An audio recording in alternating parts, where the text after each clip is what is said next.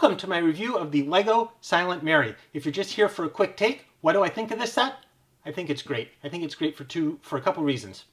Number one, historically the Pirates of the Caribbean LEGO ships have done very, very well in the secondary market. So if you want to build this set, put it on display, hope to sell it later for what you paid for it, I think your chances are really, really good. And I just think that's great about a set when I can be confident that it's going to hold its residual value. The other thing I really like about this set is that it was built with these Technic pieces and the ribbing. So that allowed LEGO to build a long, slender ship because it wasn't restrained by the blocky hull pieces that LEGO tends to use for its sailing ships. So that allowed a much more proportional, long, svelte sailing ship, which I just think is a really, really cool design. Now, one of the detractions about it is also that from that strength is that because it's built that way, it has no below deck.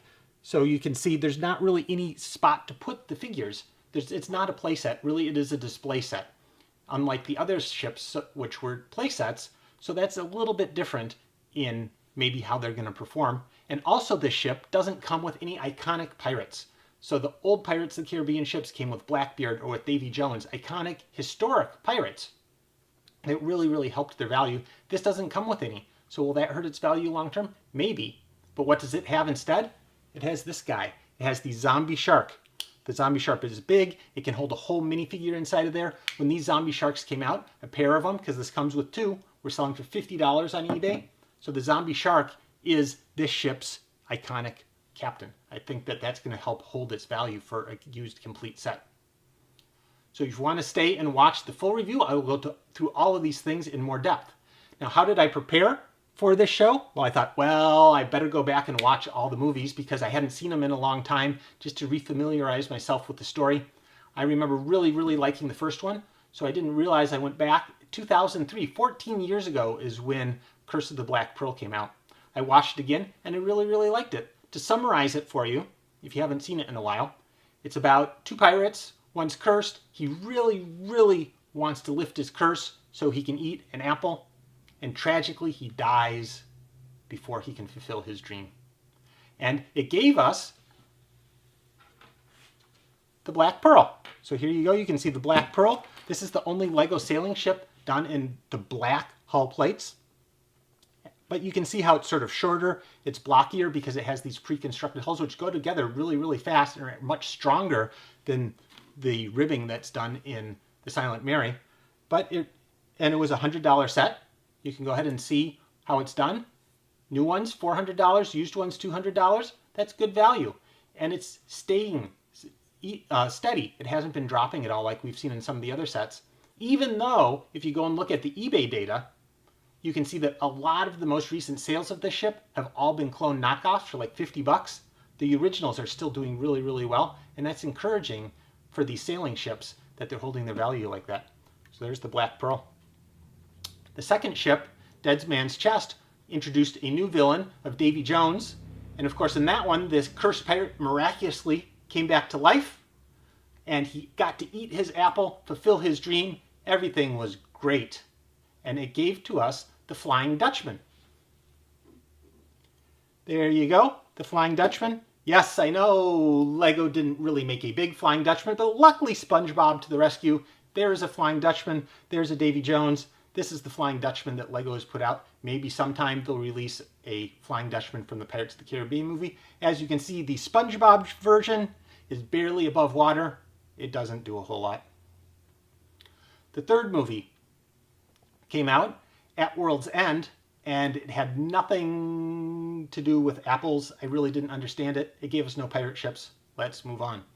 The fourth one came out, and that was On Stranger Tides, and that actually hit the peak of what you could hope to get. So our cursed pirate became a privateer in the service of the king, and he got to travel the sea with fine linen, with his apples sliced really thin that he got to eat with a little dainty tea fork, and he ate it. It was nice. I don't know why he ever wanted to get anything more than that, because he had it all. He had his apples sliced, and he could eat them with people waiting on him. But anyway, he did. It was an adventure, and it brought in Blackbeard. And here is Blackbeard's ship. Slide it in here. Queen Anne's Revenge. And you can see it's a much, much bigger ship. and it was $120, and it's also performed really, really well. So on Stranger Tides, gave us this Blackbeard ship, again, made with those solid hull pieces, but still a very, very solid ship. And actually, one of the things that was most exciting about these ships was the minifigures. So here you can see the minifigures from the Black Pearl. And it turns out that all of these ships were released in 2011 when On Stranger Tides came out, which is why the Black Pearl came with all the minifigures from the second movie and not the first movie. So there you go, you can see you have Davy Jones. We'll slide this one down a little bit. And then here are the minifigures from Queen Anne's Revenge. So again, the biggest draws to these sets is Blackbeard and Davy Jones, and the minifigures are really, really great for these sets. So where does that bring us? Next, that gets us to the last movie, Dead Men Tell No Tales. And honestly, I just couldn't get myself to watch it. But it did give us this really, really great ship, which is the Silent Mary. So let's bring the Silent Mary in here to clear a little bit of space. Traffic jam. So as you can see, look, it's long and narrow. Here you can see the profile view. You get a nice tapering ship. You can see the ribbing. You can see the decking. You can see the guns are much smaller, more in proportion to the ship. It has this great gold decoration.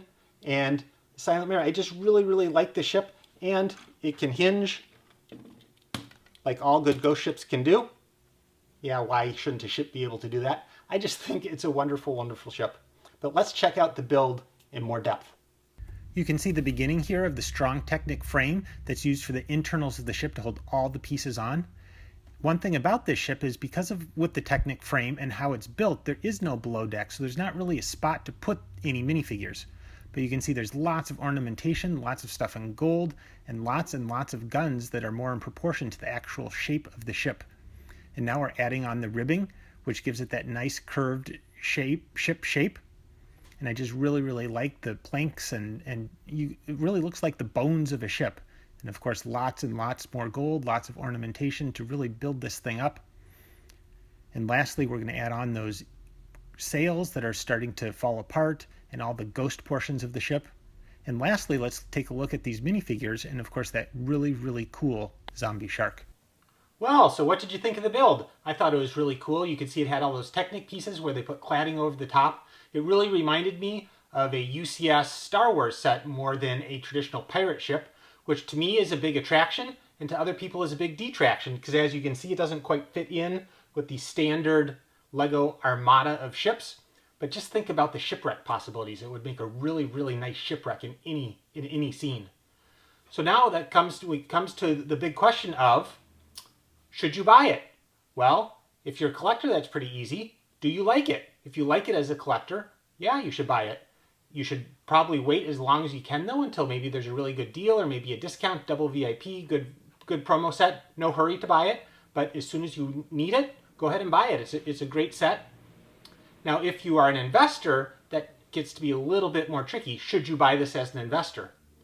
Well, if you only have $1,000 to spend, let's say that's your budget, I would not buy this set because it's just too big a risk. It's too unknown about how it's going to perform, whether it's going to do well, unless you're able to find it at a discount. At a discount, maybe $160, I would go ahead and buy a couple, just because I think it does have a good upside, and when you have a discount, you're getting a little bit of cushion to mitigate your risk.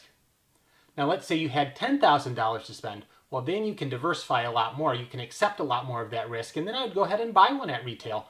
Maybe again, waiting for a good promo or double VIP, because you can handle that extra risk because you have such a big portfolio to work with. And if you find that at discount and you have a $10,000 budget, I would go ahead and buy 5. I just think that it does have a lot of upside to it. So I'll leave you now with just a little overview of all the ships as I have them lined up here. And you'll notice I have them all even to the back, and I have the minifigures placed exactly where the front of the ship is, so you can see how much longer the Silent Mary is than the Queen Anne's Revenge and the Black Pearl. And I've also thrown in the little mini Black Pearl and Jack's polybag there, Jack's boat, So that these are all the Pirates of the Caribbean ships. So go ahead, let's sweep through and check them out. Until next time, Lego on!